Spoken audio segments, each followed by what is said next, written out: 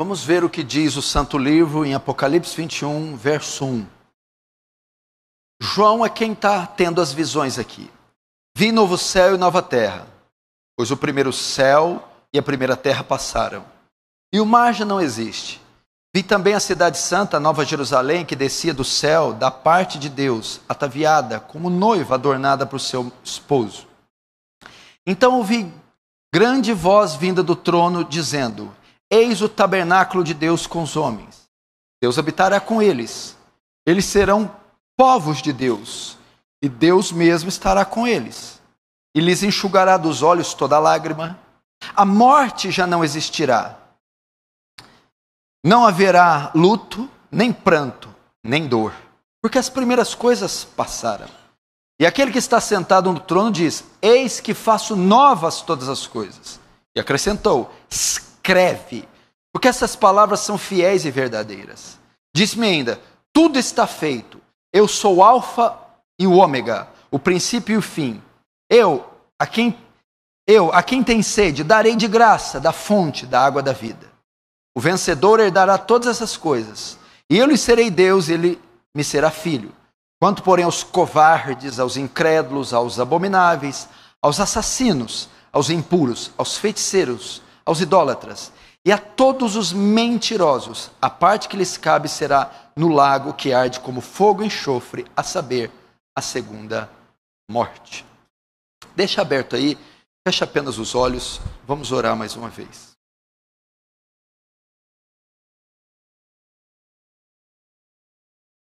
Pai Santo,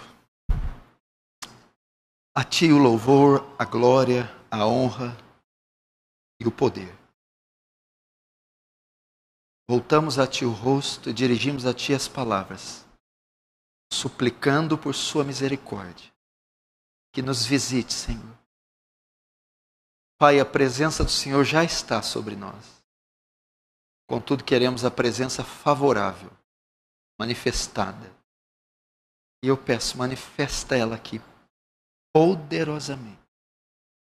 Despeja da graça abundante, gloriosa. Que o perfume de Cristo tome toda essa congregação. Que mentes e corações que estão cansados, distraídos, irreverentes, se tornem para Ti em total reverência, temor e tremor. Fala, Senhor, poderosamente essa noite. Faz Teu reino avançado. Receba a glória para Si. E de alguma maneira nos conforma a imagem do Seu Filho, em nome de Jesus. Amém.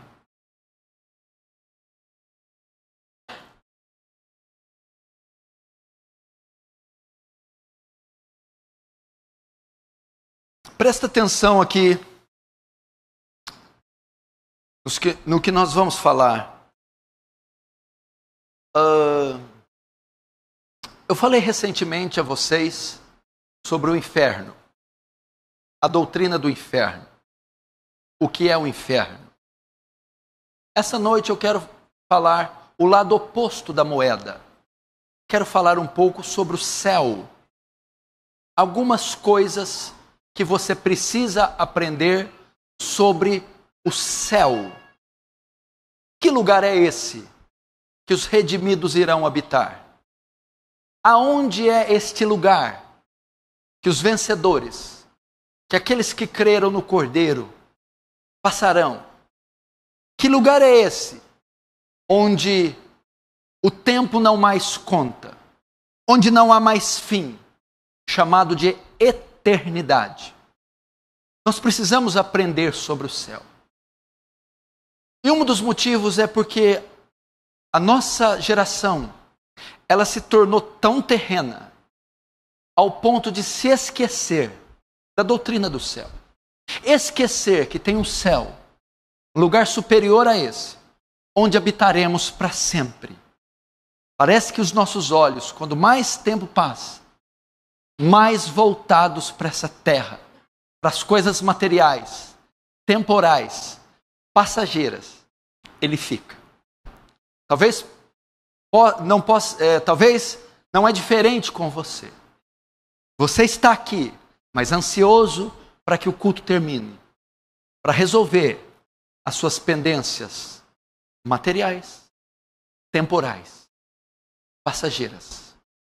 Que a Bíblia diz que a traça corrói, come, a ferrugem corrói e o ladrão rouba e escava. Mas eu quero pedir para você ter um pouquinho de paciência hoje, não olhar no relógio e pelo menos essa hora que vai se seguir, meditar comigo na eternidade, meditar comigo no céu. Depois até você pode voltar para as temporalidades fúteis da sua vida. O céu deveria marcar nós, porque Paulo, escrevendo aos Colossenses, diz: já que estáis mortos com Cristo e com Ele ressuscitastes, buscai as coisas de cima onde Cristo está, e não as da terra. Pensai nas coisas do alto. Paulo recomenda aos Colossenses a pensar no céu, a ter a cabeça na eternidade, a aspirar pela vida eterna, a pensar no glorioso dia do encontro com Deus. Ainda que o corpo e os pés estejam na terra, ainda que trabalhemos e vivemos numa sociedade física, nossa mente, o nosso coração, nossas aspirações, que significam desejos, devem estar constantemente colocadas na redenção, na ressurreição, no arrebatamento, na segunda vinda de Cristo. Por que devemos pensar no céu? Porque a Bíblia diz que nós somos forasteiros. O que é um forasteiro? O forasteiro é um indivíduo estranho. É um indivíduo estranho à pátria que ele está. Forasteiro é aquele que não está no seu ambiente, no seu habitat natural. Somos forasteiros. Não somos daqui. Essa não é a nossa terra. A Bíblia, ela designa o crente, ela chama o crente de forasteiro. Você não é como esse povo. Não nasceu daqui, nasceu do alto. Não nasceu para viver aqui, nasceu para viver no céu. Você não tem nada a ver com essa política, essa cultura caída, essa filosofia. Você é incomum a esse mundo. A Bíblia também chama você de peregrino. O que é peregrino? É alguém que só está de passagem. É alguém que peregrina, viaja. É alguém que caminha uma jornada, mas que fora da pátria dele, buscando a pátria dele, esperando a pátria dele. Somos esses forasteiros, esses peregrinos. Por essa razão, pensamos no céu. Hebreus capítulo 13 diz: nós não temos aqui cidade permanente, mas buscamos uma futura, cujo artífice, o construtor, é Deus. Não temos aqui cidade permanente, não somos daqui. Por essa razão não juntamos tesouros aqui. Por essa razão não pensamos nas coisas daqui. Por essa razão não aspiramos grandes coisas aqui. Não temos aqui cidade permanente. Buscamos a futura.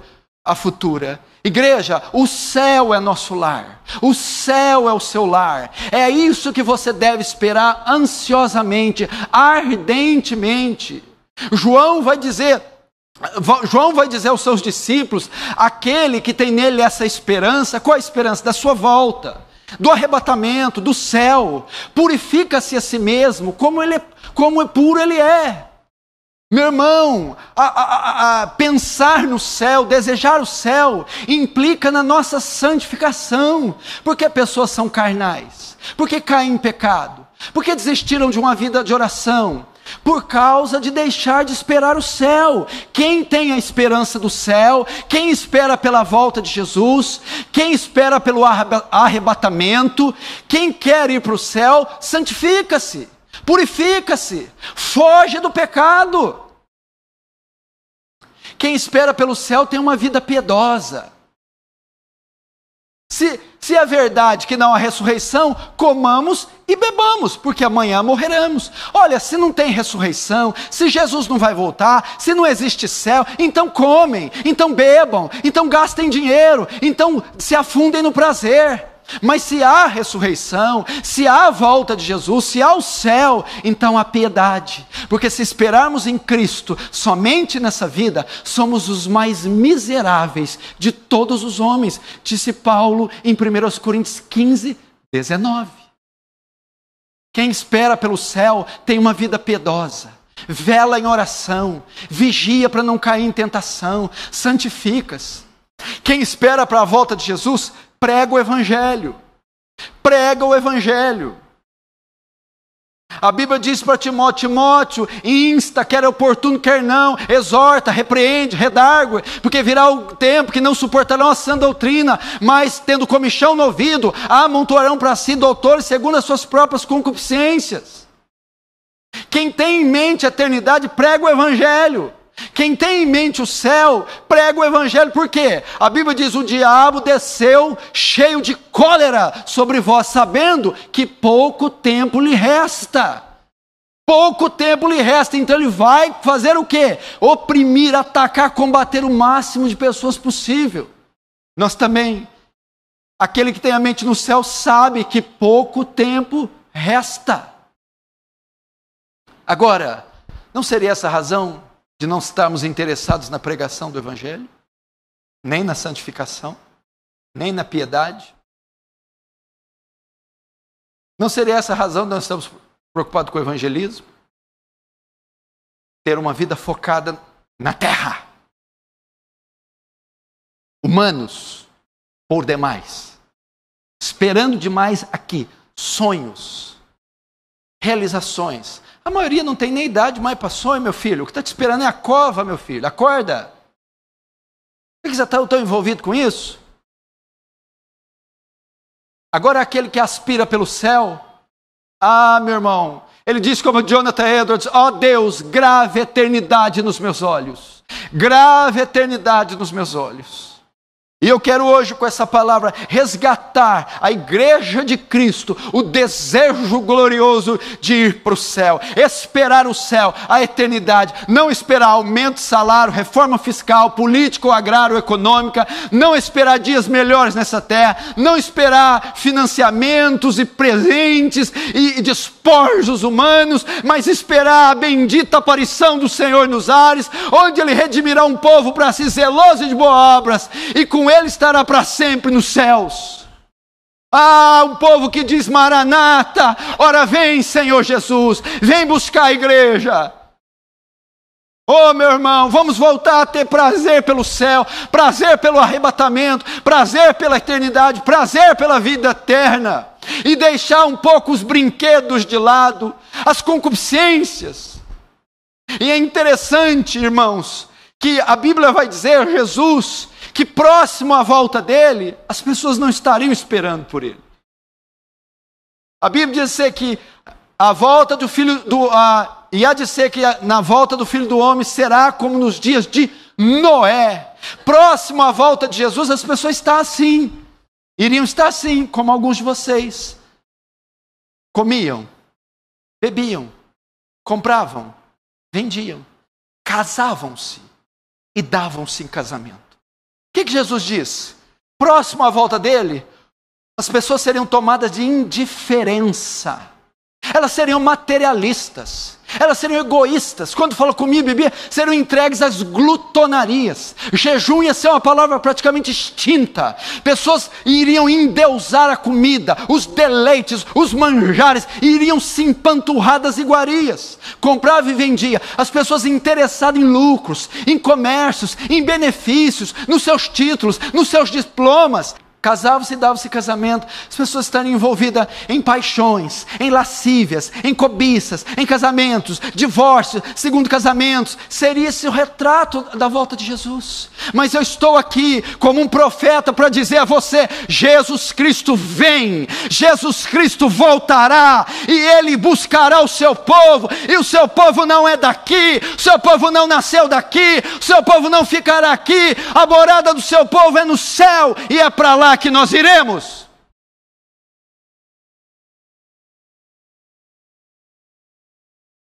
Se você não deseja, vou dizer algo para você: se você não deseja o céu, é porque você não pertence a Ele ainda. Se você não deseja o céu, é porque você é da terra. E nela você vai ficar. Aquele que deseja do céu, aquele que deseja o céu, do céu é, e para o céu irá.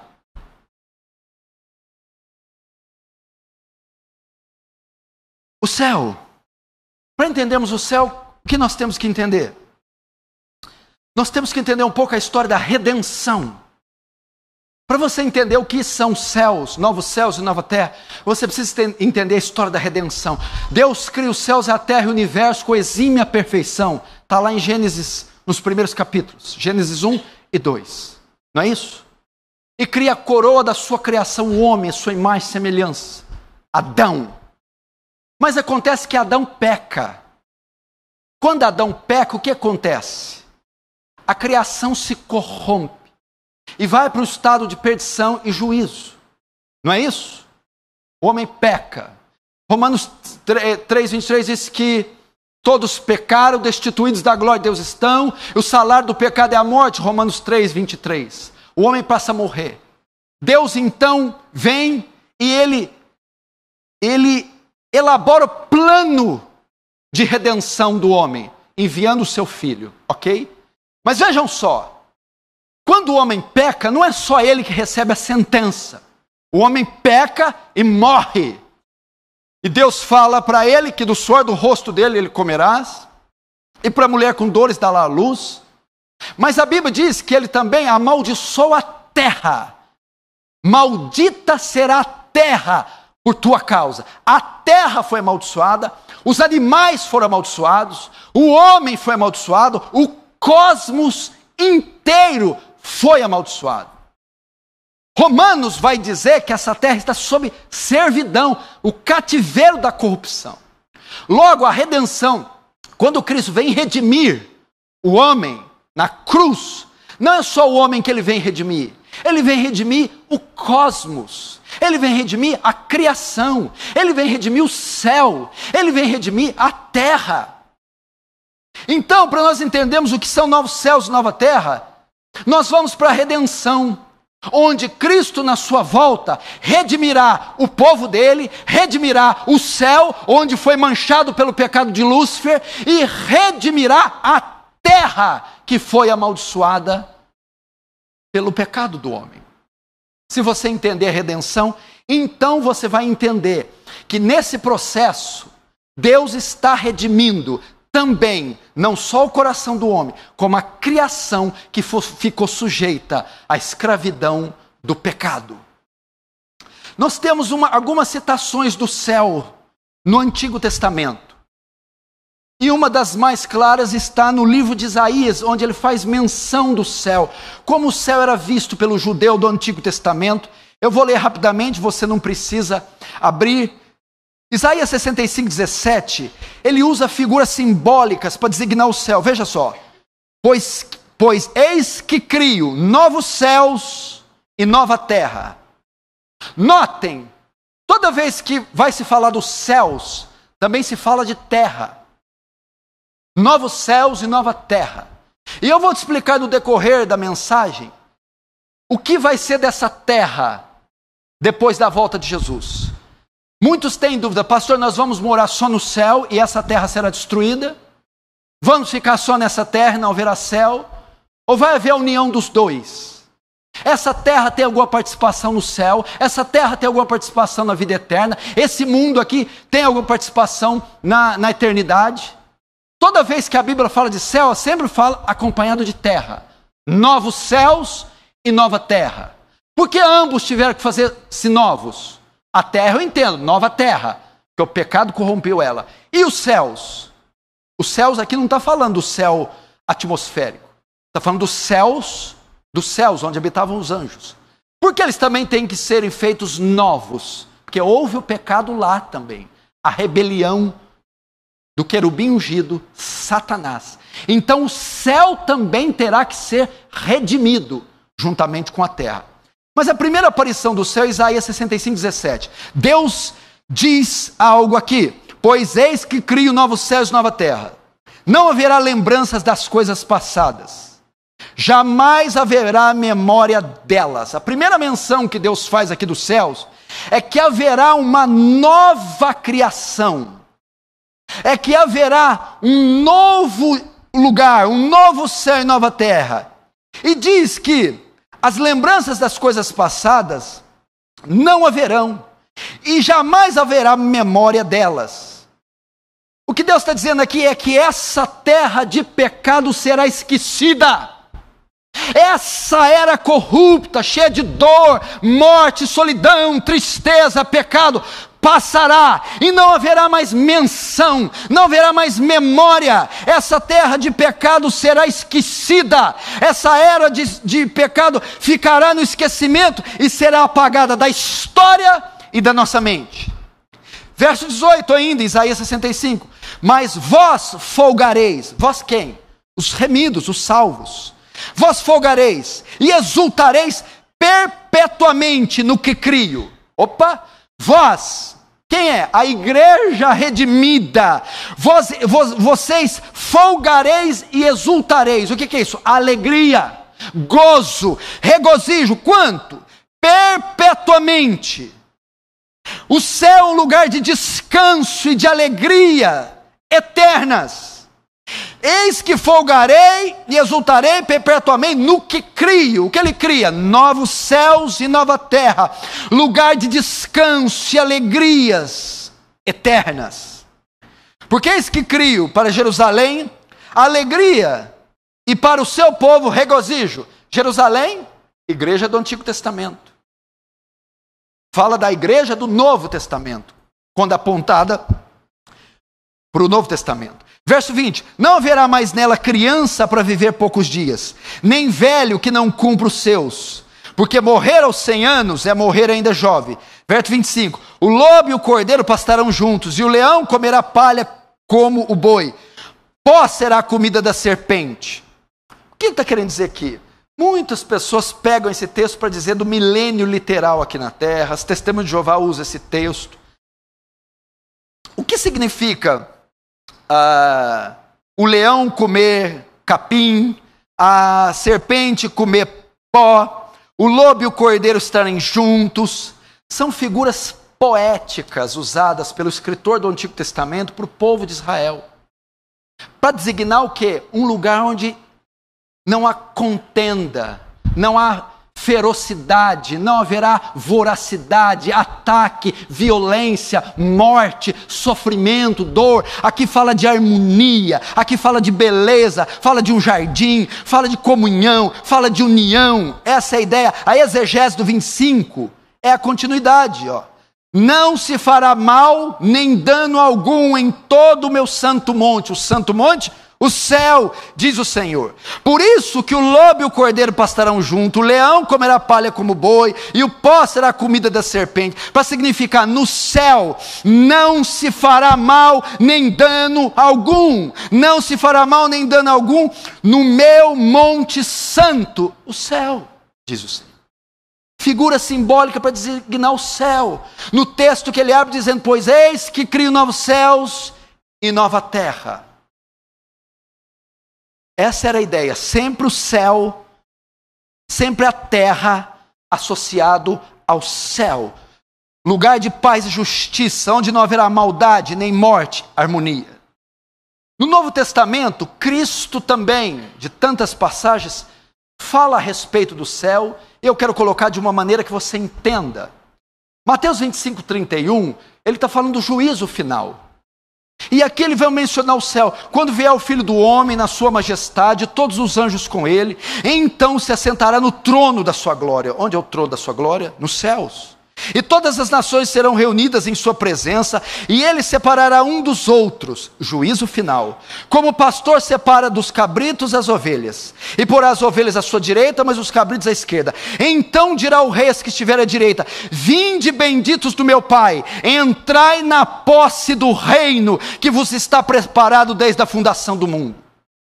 A Bíblia menciona que Cristo faz alusão ao juízo final, onde ele julgará as nações e colocará os bodes à sua esquerda e as ovelhas à sua direita. Fala do trono do julgamento, onde ele, o justo juiz, julgará.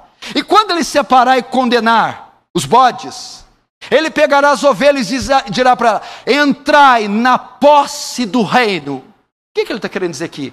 Entrai nos céus. Ele faz uma menção da vida eterna, que os justos, as ovelhas redimidas, entrarão de fato na plenitude do reino. O reino começou com a vinda dele, mas o reino só terá plenitude quando os redimidos por lá entrarem. O mesmo reino que Isaías está citando, novos céus e nova terra. Agora Paulo vai explicar por que a terra, esse planeta, está inserido na eternidade. Por que ela vai fazer parte da eternidade? Vamos ver se a terra vai fazer parte ou a gente só vai para o céu ficar dormindo em nuvem. Romanos 8:18 fala uma coisa, presta atenção enquanto eu citar, você vai entender. Porque para mim tenho por certo que os sofrimentos do tempo presente não podem ser comparados com a glória que em nós há de ser revelada. Então não reclama do sofrimento presente, não. Está sofrendo? Está sofrendo muito? Muito. Paulo está falando, esse sofrimento não se compara com o gozo e com a alegria que você vai receber nos céus. Verso 19. A ardente expectativa da criação aguarda a revelação dos filhos de Deus. Pois a criação está sujeita à vaidade, não voluntariamente, mas por causa daquele que a sujeitou. Na esperança de que a própria criação, está falando do universo, água, peixes, animais, céu, estrela. Na esperança que a própria criação será redimida do cativeiro da corrupção para a liberdade da glória dos filhos de Deus. Porque sabemos que toda a criação a um só tempo geme e suporta angústias até agora. E não somente ela, mas nós que temos as primícias do Espírito, igualmente gememos em nosso íntimo, aguardando a adoção de filhos, a saber, a redenção do nosso corpo. Primeiro, presta atenção, Paulo mostra a condição da criação. Qual é a condição do cosmos? A condição do Oceano Atlântico, Pacífico e Índico, da floresta amazônica, dos pássaros, beija-flores, das savanas africanas. Qual é a condição? A Bíblia diz que ela sofre, ela geme.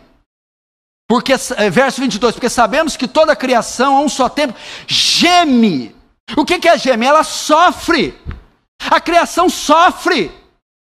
O universo sofre. Você pode ver isso nas pragas naturais. Uma hora muito calor, uma hora muito frio, enchentes, terremoto. É a terra gemendo, é a terra sofrendo, descontrolada e desgovernada.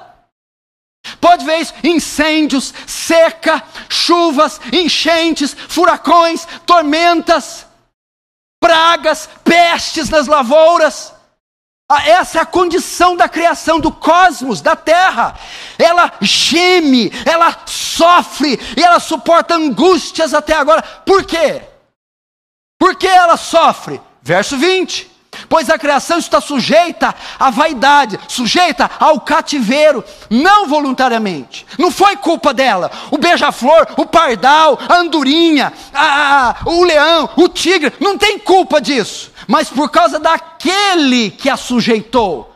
Quem fez isso? O pecado de Adão. A queda de Adão, ela sofre por causa da queda, ela sofre por causa do adultério, do vício, do crime. Os beija-flores, os pássaros, o sol, a lua, as palmeiras, os coqueiros, as rosas, elas contemplam todo dia a maldade do homem, o assassinato, o estupro, o aborto, a corrupção. Eles são testemunhas e eles sofrem, gemem porque Deus, ao Adão desobedecer no Éden, disse: maldita será a terra, o cosmos, a criação, por sua causa. Por isso ela está gemendo. Mas geme por quê? Portanto, a terra aguarda a sua redenção. A terra também será redimida. O cosmos será redimido. As galáxias, o universo, os corpos celestes, os oceanos, os peixes, os animais, os vegetais serão redimidos. E elas gemem esperando a redenção. Só que elas esperam a redenção da igreja, dos salvos. Por quê? Porque só depois que a igreja for redimida ela será redimida. Olha só, ela aguarda ansiosamente a redenção do nosso corpo. Versos 19, 21 e 23. Olha, a ardente expectativa da criação, a ardente expectativa que é, ela arde de desejo por algo. Do que a criação arde de desejo? Ela aguarda a revelação dos filhos de Deus. Ela aguarda a igreja. Ela espera pela igreja, mas espera o quê? Verso 21. Na esperança de que a própria criação será redimida do cativeiro da corrupção. Ela espera que ela ficará livre da maldição lá do Éden. Mas como ela vai ficar livre? Verso 23. Não somente ela, mas nós que temos as primícias do Espírito, igualmente gememos no íntimo. Nós, a igreja, aguarda a adoção de filhos e a redenção do nosso corpo. A criação espera ser livre do cativeiro para a liberdade da glória dos filhos de Deus. A ardente expectativa da criação aguarda a revelação dos filhos de Deus. O que é isso? Presta atenção. Esta terra aqui é inapropriada para a igreja. Esta terra aqui é inapropriada para um corpo incorruptível, para um corpo ressuscitado. Ela é inapropriada. Então, para que a igreja habite aqui, deve haver a redenção dessa terra. E a terra que almeja ser redimida, espera ansiosamente a igreja primeiro ser redimida.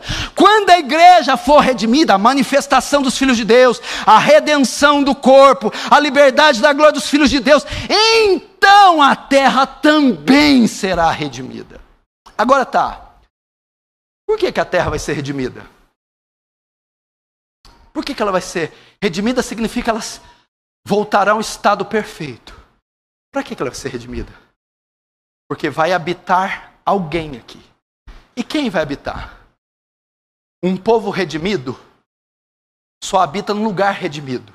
Então, se a terra vai ser redimida, ela vai receber um povo redimido. Quem é o povo redimido? Eu e você. Isso mostra que a terra participará do céu. Esta terra participará da nossa redenção.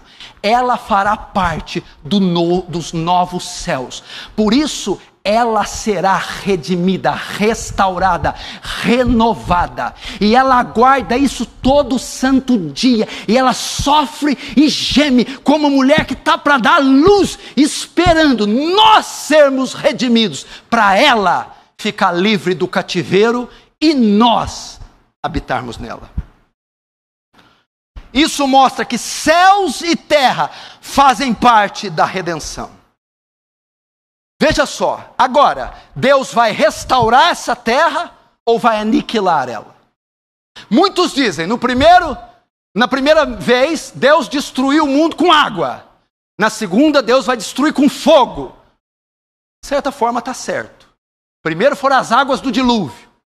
Depois será o fogo do seu juízo. Mas e aí? Deus vai destruir 100% as estrelas, o sol, o oceano Atlântico e Índico, os continentes, vão ser pulverizados, vou usar um termo melhor, serão aniquilados, serão reduzidos a nada, e Deus fará outro totalmente novo, ou Deus vai pegar essa maquete caída e vai refazê-la? A carta de Pedro nos dá a resposta, se Deus vai usar essa aqui do zero e fazer outra, ou vai ser a partir dela? 2 Pedro 3,10 diz assim, não precisa abrir, olha aqui, eu quero que você preste atenção. Você só tem um processamento mental, você não consegue ler e ouvir, ou ler ou ouvir. 2 Pedro 3,10, escute, virá entretanto Jesus como ladrão, o dia do Senhor, no qual os céus passarão como estrepitoso estrondo, um barulho muito alto, anunciará a volta dele. E os elementos se desfarão abrasados. Elementos, o que é elementos? As montanhas, os corpos celestes, as cidades, se desfarão, se derreterão com fogo.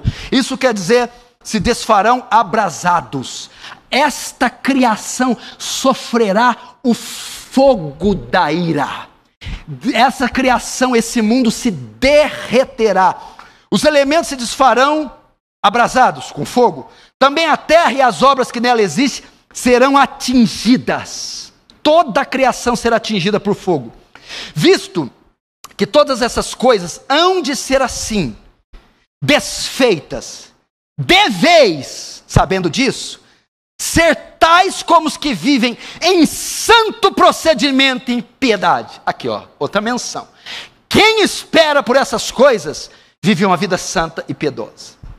Verso 12. Esperando e apressando a vinda do dia de Deus, por causa do qual os céus incendiados se desfarão, até os céus, e os elementos abrasados derreterão. Nós, porém, a igreja, segundo sua promessa, esperamos novos céus e nova terra, nos quais habita a justiça. O que a Bíblia diz que vai acontecer com isso aqui? Será consumida pelo fogo. Há duas escolas. A primeira ensina que Deus vai queimar tudo, vai destruir tudo. Vai destruir o K2, o Monte Everest, a cidade de Nova York, a cidade de Paris, vai queimar os céus, os corpos celestes todos se desfarão, tornarão cinza, se queimarão, se destruirão. A segunda escola, e é a que eu creio, é a que eu vou ensinar a vocês, diz que não. Deus não vai destruir tudo e deixar sem nada, não vai aniquilar. Do termo nihil, nada, anihilar, reduzir a nada. Essa é a primeira escola. E depois cria tudo novo, novo céu e nova terra. Não. O que Deus vai fazer é o quê? O fogo é usado para quê? De fato, esse mundo vai torrar. Vai ser despejada a ira e sai da frente. Mas o fogo, muitas vezes, ele é usado para quê no ouro? Para quê na prata? Para quê no metal? Purificação. Deus vai expurgar o pecado, a maldade, vai purificar, vai deixar só o esqueleto desse mundo. E depois dele purificar, ele recria a partir do purificado. Vou te dar a ideia, esse é o argumento. Quando ele mandou o dilúvio destruiu a terra? O que o dilúvio fez? Deus purificou o pecado com água. Ele purificou, ele varreu a iniquidade, toda a raça humana, tudo foi extinto e Deus recriou a partir do dilúvio. Agora, o elemento de purificação não vai ser mais a água, vai ser o fogo, onde ele vai purificar, queimar, destruir toda a semente do pecado, da iniquidade.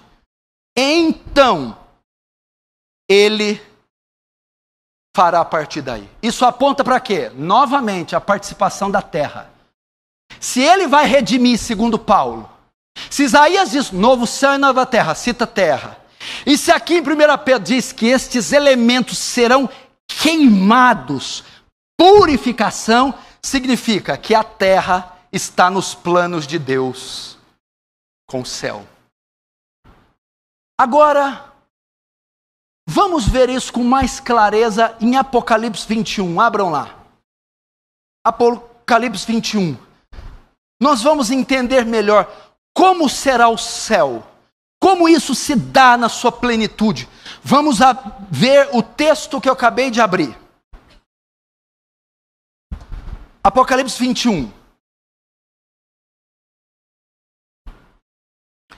Olha aqui para mim.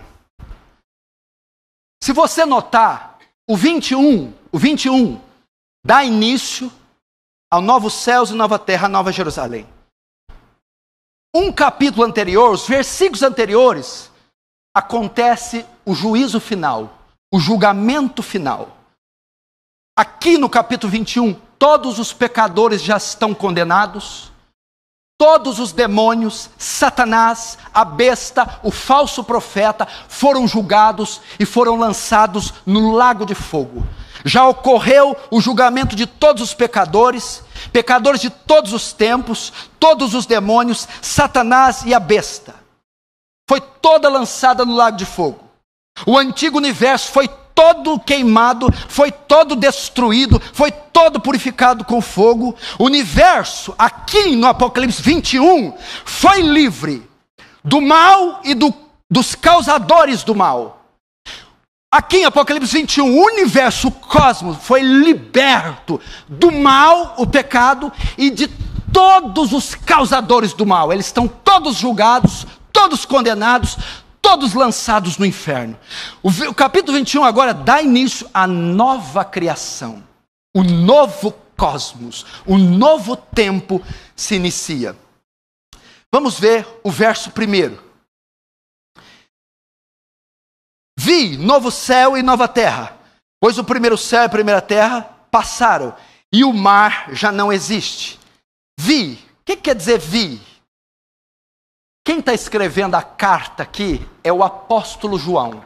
Aqui é o ano 90. Ele é o único apóstolo dos 12, mais Paulo vivos. E esta carta, que é o Apocalipse, ele escreve por visões que ele tem. Você imagina tudo isso aqui, João viu. Ele contemplou, ele viu e ele começou a escrever. No capítulo 21, Deus dá para ele uma visão do céu, da eternidade, como seria. Então ele começa: eu, João, vi novo céu e nova terra. O que é a ideia aqui? Novo céu e nova terra. Pois o primeiro céu e a primeira terra passaram. Como eu sei que aqui é novo, não a partir do nada, mas a partir de algo recriado. A palavra novo aqui não é neos, de onde vem neo. Neo é novo. A palavra para novo aqui é kainos, que significa novo em qualidade.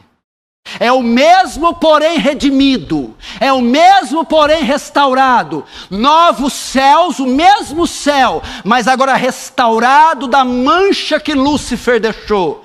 Nova terra, mas agora restaurada, redimida do pecado e da queda de Adão. Então ele vê céus e terra participam da redenção e da nossa morada. Então João vê novo céu e nova terra, pois o primeiro céu e a primeira terra passaram. Então está dizendo, o novo céu e a nova terra é novo em qualidade, um universo completamente diferente, coisas jamais vistas, sem sol, luas, estrelas, coisas grandiosíssimas, elevadíssimas, um universo jamais visto. Novo, redimido, restaurado. Irmãos, vocês vão para um lugar completamente novo, redimido, reformado, transformado, restaurado. Coisas que os olhos de vocês não experimentaram, coisas que vocês jamais pensaram em ver, coisas insondáveis, inescrutáveis, inefáveis. É para lá que vocês vão. E a Bíblia diz: e o primeiro céu e a primeira terra passaram. A antiga ordem da criação passou. O antigo governo passou. O antigo cosmos passou. A antiga natureza passou. Os antigos céus e terra passaram. Essa ordem caída, manchada, limitada no espaço e no tempo, cheia de dores e aflições, esse período que vivemos, passaram. Irmão, passará esse dia, passará essa onda de corrupção, onda de chacina, onda de dor, onda de tristeza, onda de violência. Passarão esses tormentos, esses abalos sísmicos. Hão de passar, eles passarão. E ele vai dizer mais: e o mar já não existe. A ideia dele é o que aqui? O mar já não existe. Esse é um texto difícil, mas a ideia é para nos trazer assim: nas novas configurações do céu não haverá necessidade de mar. É uma interpretação. A outra é que mar significa multidão, a besta que saiu do mar. Mar significa sofrimento, maldade. Não haverá esse mar de iniquidade, esse mar de maldade, esse mar de sofrimento. Mas a ideia maior aqui é quando ele vai dizer: e o mar já não existe. é que a redenção não alcança apenas a igreja. A redenção alcança o universo inteiro. Quando ele vai citar na Nova Jerusalém a presença de mar, ou a ausência de mar, envolver o mar, ele está querendo dizer a redenção, ela foi ao mais extremo da criação. A redenção não alcançou só a igreja, mas todo o cosmos, todo o universo será redimido. Verso 2, um versículo muito elegante. Vi também a cidade santa, a Nova Jerusalém, que descia do céu da parte de Deus, ataviada como noiva, adornada para o seu esposo. João vê a cidade santa, Nova Jerusalém, que descia do céu. Que cidade é essa? Ele vê uma cidade santa. E ela vê que ela descia do céu da parte de Deus. O que é isso? Não pode ser uma cidade de pedras. Não pode ser uma construção que ele vê.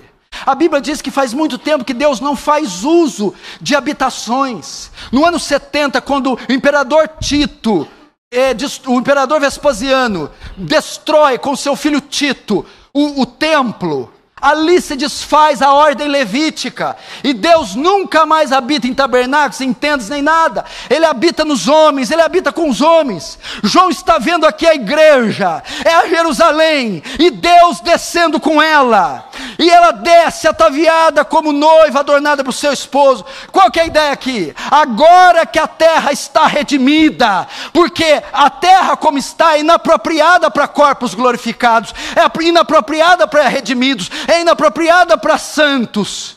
Agora que a terra foi redimida do cativeiro, agora que a terra está restaurada, a igreja então desce para se unir céu e terra.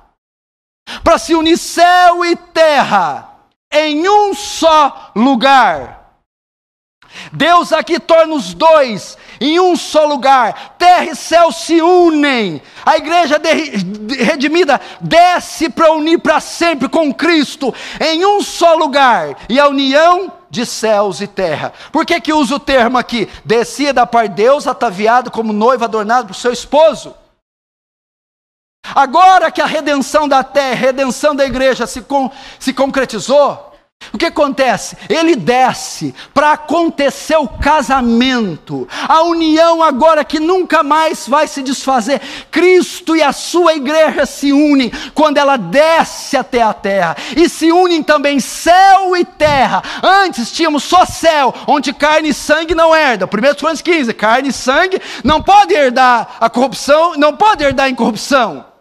E terra só se habitava a matéria. Agora não, agora é um lugar que ambos podem estar. Os corpos redimidos, céus e terra formam um único lugar.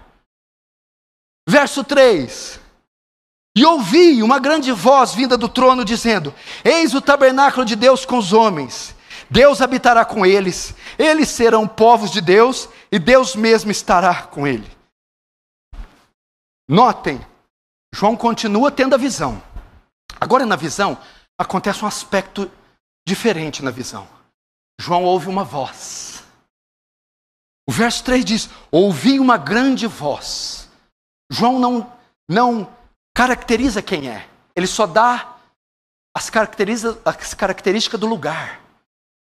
Então você sabe quem é. João então para agora e no meio da visão ele ouve um som, ele ouve uma grande voz, e a voz vem do trono, é a voz de Deus, e Deus fala algo: eis o tabernáculo de Deus com os homens, Deus habitará com eles, eles serão povos de Deus, e Deus mesmo estará com eles. Na visão, João ouve a voz, e ela começa dizendo: Deus é quem diz, eis o tabernáculo de Deus com homens. Com os homens. O que é a palavra tabernáculo? A palavra tabernáculo quer dizer tenda, ou lugar de moradia, casa de Deus.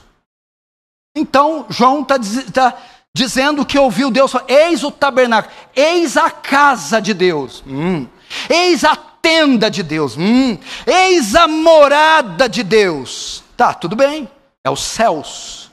A união dos céus e a terra é contemplada agora como a casa de Deus, a tenda, a habitação. Mas João prossegue, Deus vai prosseguindo na revelação dizendo, eis o tabernáculo de Deus com os homens, e com os homens Deus habitará com eles. O que ele está querendo dizer aqui? Escute, preste atenção. Quando a figura de Deus, aqui a linguagem é uma figura comum aos crentes do Novo Testamento, bem como os judeus. Tabernáculo era o lugar, a tenda no Antigo Testamento, onde Deus habitava junto com os filhos de Israel.